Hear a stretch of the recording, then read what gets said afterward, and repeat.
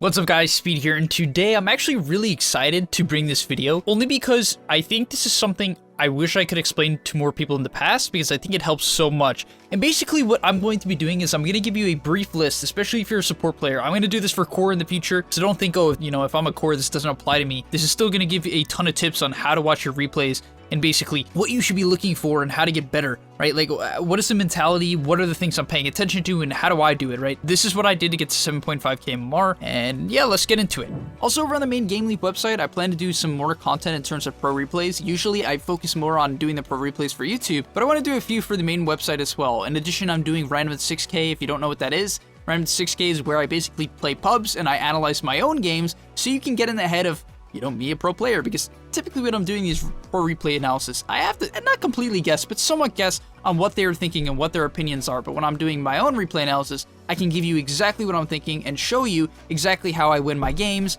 and how you can do it too. So the first thing I want to say is I always have a bit of a list, or a quick list, on what I actually want to pay attention to. I think this helps me a lot. So for this game, there's a couple things I want to pay attention to. From minute 0 to minute 10, I want to pay attention to, how well I'm trading. Am I using enough spells? And am I stack pulling? Also from minute 5 to 10, right, this sort of gap, can I stack the jungle, right? I've been hearing a lot and paying attention to the meta, right? And by paying attention to the meta, I noticed that a lot of pros are stacking from minute 5 to around minute 10. And for the reason being that, they get the jungle items, really simple. Then from minute 10 to 25, I want to pay attention to what heroes can I kill and which teammates do I need to kill them, and if there's no clear valuable kill, which lane do my cores not want? Hopefully that kind of makes sense. And from 25 minute on, which lane can I push? Is there a hero on the map that we can smoke to kill, or a shoved creep wave that we can smoke to? Can we take Roshan? What are our item timings, right? And this is an unranked game that I played. I lost, so I think it's a good example, right? Because how can I improve? What can I do better? And yeah, I think I played very lazy. I played very poorly. So I want to make sure I can kind of understand what I can do better moving on in the future. So first things first, I'm fine with this wraparound. I think it's very clever. It's solid. And I'm using my spells to trade. In terms of overall spell casting, I'm not going to go too much into brief mechanics. I do recommend, if you are, watching your own replays, it is good to look at your mechanics and be very critical on yourself. Especially if you die or you feel like you're being inefficient or you're not winning your lanes, ask yourself why. Now, first things first, I felt like my DK could solo lane in this game, and therefore I decided to go for the pull immediately here. I think this is okay, but the one thing I didn't do enough is I didn't check the lane enough to see if it was pushing or not. And what we'll notice here is that it's actually pushing into my DK. So this pull is okay to get myself some experience from simply the camp, which I'm generally okay with. Right, I think it's totally fine to do, but at the same time, because the wave is shoving into us, I think I totally could have just waited, right? So maybe that's something I could pay attention to a lot more in my game, so that I don't just pull when it's not necessary. Also, I get contested because the Prophet is obviously a fairly good player, no big deal. I'm getting run at, that's okay, because my DK is not going to get pressured now. Also, I have a salve, which is, just good itemization, understanding that this lane is going to be a bit difficult. Moving on, I guess I noticed within myself, I don't do a lot of stack pulling in this lane. I do go for a side pull, and the reason being, just to kind of pay attention to this and, ask myself, is this good or not? The reason why I think is personally good, or I would make the justification, is the lane is pushing in quite hard, right? We have more creeps than them. That's just basic math. And our creep wave is pushing in very quickly here, essentially meaning it's actually completely alone. So this wave is pushing giga hard, right? That's just simplicity. And what do we know, right? It's really, really simple. I think it's a good pull. Can I have single pulled this? No. Could I have stack pulled this? No, because I killed the camp from earlier. So the only other solution I would have had to do this is just not have, single pulled earlier. So maybe I regret that single pull. I think I do. Probably would stack pull in the future if I paid more attention to the fact that the wave was pushing in. Moving on here, I do go for another single pull. And basically what I had continued to ask myself the question of, or the reason why I recommend stack pulling to you guys so much, is strictly because stack pulling is easy, right? When you don't stack pull, you have to worry about, overextending, right? It's very easy to die if you have to stack pull because you can get ganked from both sides. And yeah, it's just hard. It's basically just hard. So am I okay with this? Yes, because the Nature's Prophet left. But if the Nature's Prophet was still here, I would be really upset with this attempt. In addition, I'm also pushing the wave by not stack pulling. So yeah, I don't think I love how this lane went. And I remember playing this game and asking myself, why does this lane feel like it's not going that well, right? Because my expectation is always to be at least have my safe laner at least a level, or maybe even 2, especially if he's level 5. I like to note when my safe laner is level 5 and the off laner is level 3. That's kind of a good mark for me. I like this attempt on the clinks, but it's going to push the wave because I nuked the creeps. Just to really go back to my bullet points, I'm using my spells to trade there, right? I'm using my mana, so that's fine. But but I'm not really stack pulling, and that's kind of what I want to focus on. So I really think I could have done it a lot more. And usually I do, so it's a bit weird that I don't here, but I still want to be critical on myself and really make sure I'm paying attention to it to fix in the future, because I think it actually hurts my laning stage a bit here. I don't get nearly as much XP as I'd like, and I don't deny as much XP as I typically do. And therefore, I think it's a big reason why I actually lose this game. Also here I TP top. This is very niche for me. I will almost never TP top. As I use this ward, I remember this to get the kill here. I really hate doing this because I'd prefer just to stay in my lane and pull a lot, right? That's how I win lanes. That's how I win Dota typically. The only reason being that I TP top here is because they are beyond overextending, right? They are extremely overextending. If they're like here, I would never TP, right? If they were only here, I would never even consider TPing. I would just let it go and continue to stack pulling. I know people find this insane, but I really, really would. I would not TP. But they were here and tanking tower, so I'm like, all right, I'll consider it. Also, I felt pretty strong. So one thing I want to point out here, my list that I wrote out for myself, is from minute 5 to minute 10, I want to pay attention to, you know, could I have stacked? What I see here is that I easily could have. I'm literally next to a bunch of jungle camps and I don't think I stack, which is sad, right? It's really, really bad. It's a bad habit of mine that I'm not paying attention to. I'm not paying attention to the clock at all. And I'm completely ignoring the fact that jungle items are in the game. It's just a reality here, right? So as a support player, I could have easily stacked the camp there. I was doing absolutely nothing. So why didn't I do it? It's because I'm bad. Let's be real. Like, I'm bad in that regard. I'm not saying I'm bad as overall as a player, right? I'm just saying in that regard, I need to fix it. You have to do this for yourself, guys. Otherwise, you won't get better. Like, I don't know how people get better when they just play 20 games in a row and they can never actually pay attention to their mistakes. One of the main ways I actually did it was after I played a game, I would try to rethink about the game, right? I would literally rewind it in my head. If you can't do that, well, first off, I recommend that you do that if you can, but if you can't do that, then you have to do this. This is the other solution, and you have to be critical, right? Now, I'm doing a lot of roaming, which I typically do not like to do. There's some low HP heroes, so I felt like I could do this. But as I said, otherwise, I really do not like to do this, as you typically won't get a lot of XP. I have 2 kills, and my early laning was okay in terms of XP, so I'm relatively high leveled. But generally, this is pretty trash. Yeah, main thing for me to point out as I watch my replay here, because I don't want to overthink it. I don't want to watch my replay for a full hour. I'm not stacking at all. My laning stage, I could have stack pulled a lot more. And those are the 2 things I would fix if I played this game again. It's that simple, guys. I don't know why people don't do this. Right? I wish this Pudge would stop throwing blind hooks. Alright, don't be toxic, guys. But, as I said, right, I'm not stacking, and I didn't stack bull. Leave it at that. Moving on into the next section of the game, from minute 10 to 25, I want to be paying attention to what heroes can I kill, and which teammates do I need to kill them, and if there's no clear valuable kill, which lanes do my cores not want, so that I can farm it.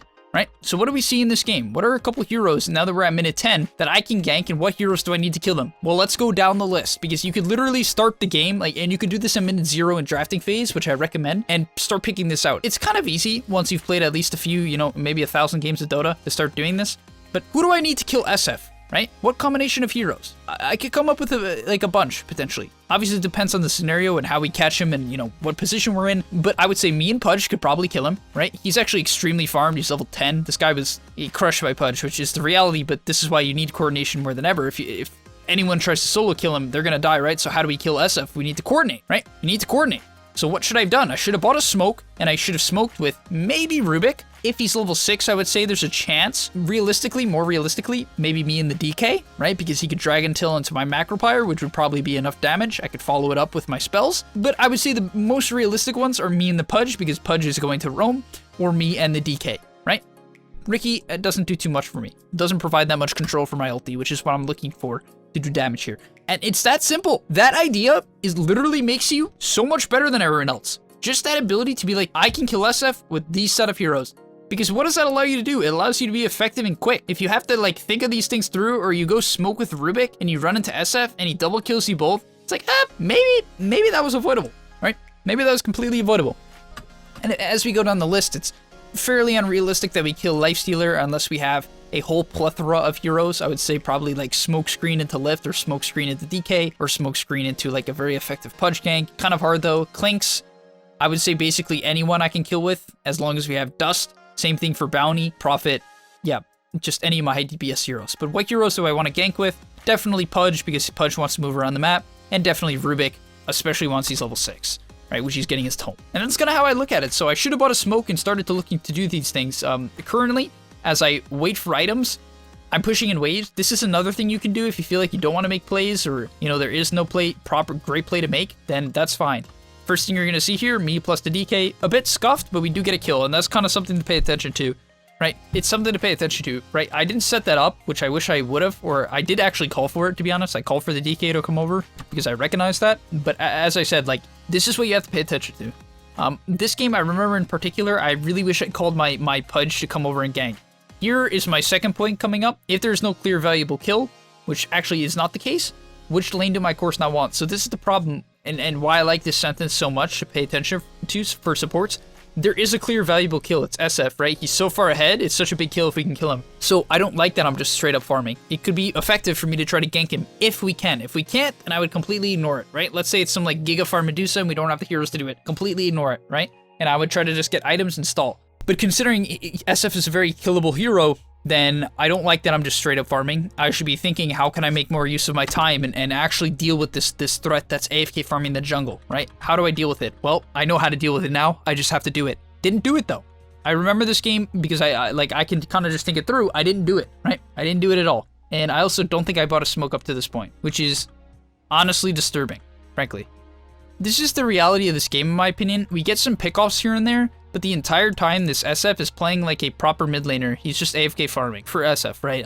He could be rotating here and there. I'm not saying it's perfect, relatively perfect. I should just say he's playing well, and he just runs us over at some point. He got so huge and he essentially carried them to a large extent. This Lifestealer had absolutely nothing. Clink said absolutely nothing as we crushed him in lane. Bounty was doing okay, but he was pretty underfarmed as well. Prophet got farmed, right, because he did a lot of jungling and he's the Nature's Prophet, but like, look at the problem, guys. I identified this in the game, right? I identified this in the game.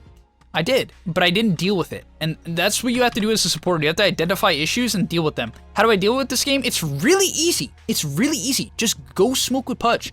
Anyone could do this. The question or the difference between a high MMR player or someone who's consistent is how consistently do they do it? Because as you can see in this game, either I was lazy or I didn't think it through enough or I didn't care enough. I don't know what the problem was, or I didn't think it through, but I didn't do it. I will do it in other games. If I was to watch other games, like the 23-minute Lion win, I did do it. I killed an Ember with my Skywrath Mage, who I thought was an easy kill, right? But I didn't do it this game, and therefore, you know, we lose. There's a whole plethora of reasons, but you want to look at them one at a time. I'm pushing in mid. This is fine. I'm glad that I do this. I like to do this, right? However, didn't buy a single smoke, and yeah, I think that's the reason why, or one of the main reasons why we lose. We never get ahead in net worth, even though we were doing fine in farming and my laning stage went pretty well. And you can even notice here, like, I sort of want to coordinate a kill onto this SF, right? As I told my DK basically to go on him, right? But, it's still, like, it doesn't work out, which is not surprising because we're not sneaking up on SF. And eventually, you know, SF just, I kill myself for the DK and it's like, oh, you know, that wasn't too good. No joke, because we're just running at their mid tier 1, guys. Don't run at towers, be creative, smoke with the heroes that you want to, and kill people, right? Kill the killable heroes. It's kind of that simple. And finally, for 25 minutes on, we're going to skip ahead of it, and we're going to pay attention to which lane can I push. We're going to talk about that. Is there a hero on the map that I could smoke to kill, right? Or kill a shoved creep wave that we can smoke to? Even a ward you can smoke to? And can we take Roshan? Also, I almost forgot one. What are our item timings, right? What timings do we need to actually come online? And you can do that by just clicking on people or asking them. So skipping ahead here, I'm just going to first go to item timings. What are a couple good ones? Even though this Pudge's items literally make me want to throw up in my mouth 10 times over, BKB could be a good item timing for him. Let's talk about my DK. The Ags could be a good item timing to smoke off of. My Riki, the Manta style. It's kind of that simple, and if you can combine two of them at the same time, you all of a sudden get an item timing spike. Now, how do you abuse that in Dota? You buy a smoke at a seat, you click on your cores, and you say, hey, my DK is probably not that close to an item, so we can't really worry about him. He already is pretty strong, but my Pudge and my Riki might get their next items at relatively the same time.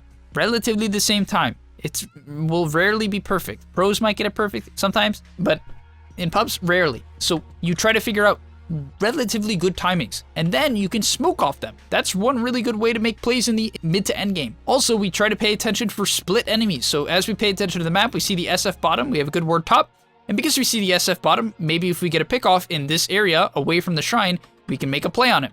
And finally, what waves can I push? My team is pushing in top, my Pudge is suiciding bottom for whatever reason. I can push in mid. It's really simple. This creates split pressure and allows me to get items. It's really, really effective. Also, because I'm not necessarily standing next to my team, I can get vision down, deep vision down. That will be useful later on into the game. Now, basically, just because I want to continue to talk about, you know, what plays I think could be made, right now, I'm looking to consider to push in top once again, because I think top's important, but Ricky wanted it, so I'm obviously not going to take it from Ricky. In addition, what hero is separated that we can kill? Well, how do I make this call? Because I told my Ricky to come over after 20 seconds of yelling at him and pinging. As you see me pinging on the map here, I'm like, hey man, come over, right? Gotta tell people multiple times. I know this lifestealer is gonna push this next wave because I watched him walk forward, and I tell my Ricky to go, right? I almost mess up my ice path. Fog. Regardless, we cast our spells, we get the kill, right? Why does that happen? We pushed in mid, distracted them to go mid, and I stayed top, and I identified what heroes I need to kill the lifestealer, right? I know it might be sometimes hard to tell that, like it can be a bit difficult, but really try to think about it. Also, guys, I just want to quickly talk about an idea that gets mentioned a lot, and I think this is really hilarious. It's like really funny when I get to ask this question. I just hear it all the time. What do I do when my team makes a bad play? My team is currently diving a tier 2 mid. They're literally doing, I don't know. It's in between the tier 3 and tier 2. I don't know why you'd ever want to fight there. I know we have a ward, but like, it's just awful. It doesn't give us anything. And like, the wave's not even in either. So, like, it's just awful. They're going to have complete vision of you. Regardless, what do you do when your team does this? Just go push in a wave. Right? If it's absolute suicide, go push in a wave. If you think there's a chance you could help them, right? Otherwise, do not. Now, I just want to talk about Roche because I don't think we actually take it for a while here. I think it's a major issue of this game. We don't have a great Roche taking lineup. Like, I'm not going to lie, our team is just abysmal at taking Roche. Ricky's pretty trash. DK's pretty trash, especially with these items. Pudge is basically useless. So we don't take Roche that effectively, but we still could take it. It still does die. And the only way for like recognizing that my team is a bad Roche team, the only way we take it is by getting a 5-man smoke, right? Basically going in together. Right? That's the only possible way. And therefore, if I want a Roche, which is a key objective of every single game of Dota, Roche is not situational, guys. It's not situational. It's not that it's ever impossible to take Roche. It's when is it less situational, right? If you have a hero like TA and Ursa, then you definitely want a Roche. But even if you don't, you still should typically try at some point in the game. Regardless, the main thing I want to take about this game, because I don't want to watch the entire thing, right? The main takeout is essentially, I have not looked to make a 5-man smoke once. I have not looked to gather my team once. And I think I've given this in the past, but I think it's such a cool analogy. I want to ask you, how did Sir Action Slacks, a caster that a lot of players would see as a joke, when he's playing Dota, as a joke, because he's always goofing around, and I think he literally had P as a hotkey, and if I'm not mistaken, he had a hotkey where he literally took his hand off his mouse to click it. How would someone like him reach 5K? How is it possible? Well, one of his main strengths is his ability to rally the troops. It's that simple. He gathers up his team and tells them to go fight. When you gather your team and gather your troops, you gain coordination, and you gain a simple numbers advantage. Do not overthink this. I hear often, I'll talk to 3K, 4K, 2K, whatever it is players, they'll ask me, Speed, why did we lose this game? Or they'll tell me, often they won't even ask me, they'll tell me, well, I lost this game because my Sven didn't press BKB at 45 minutes in. Or I think I lost this game because, you know, this person missed this spell at this time in the game. I'm like, is it really that niche? Is the reason you lose and can't get to the next bracket that niche? Really? Is Dota that hard? You know, it does get pretty complex and you could pick out a gajillion different things, but what is the most important thing? Probably the fact that you never once tried to take Roche, which I did in this game, and probably the fact that you never once were able to gather your team with a smoke. And that's where I'm going to end the video. Hopefully you guys enjoyed. I think this is something that's really useful to do. I know this might not be the most exciting video, but frankly, if you're trying to get better, this is one of the most valuable videos I could ever produce. So hopefully it helps. If it did, please do like and subscribe to help our channel grow. Leave a comment down below, letting me know what you thought if you want to see more of this in the future. And of course, see you in the next one. Peace. Are you tired of being hard stuck at your rank? Over at gameleap.com, we have a library of hundreds of guides authored by pro players and coaches covering literally every aspect of Dota. Whether you're looking to master a new hero or role, or just polish up your existing skills, GameLeap is the proven place for competitive gamers to hone their craft and unlock their secret potential. Hit the link on screen right now, to take advantage of our special offer for a 25% discount, guys. 25%, and start your journey today.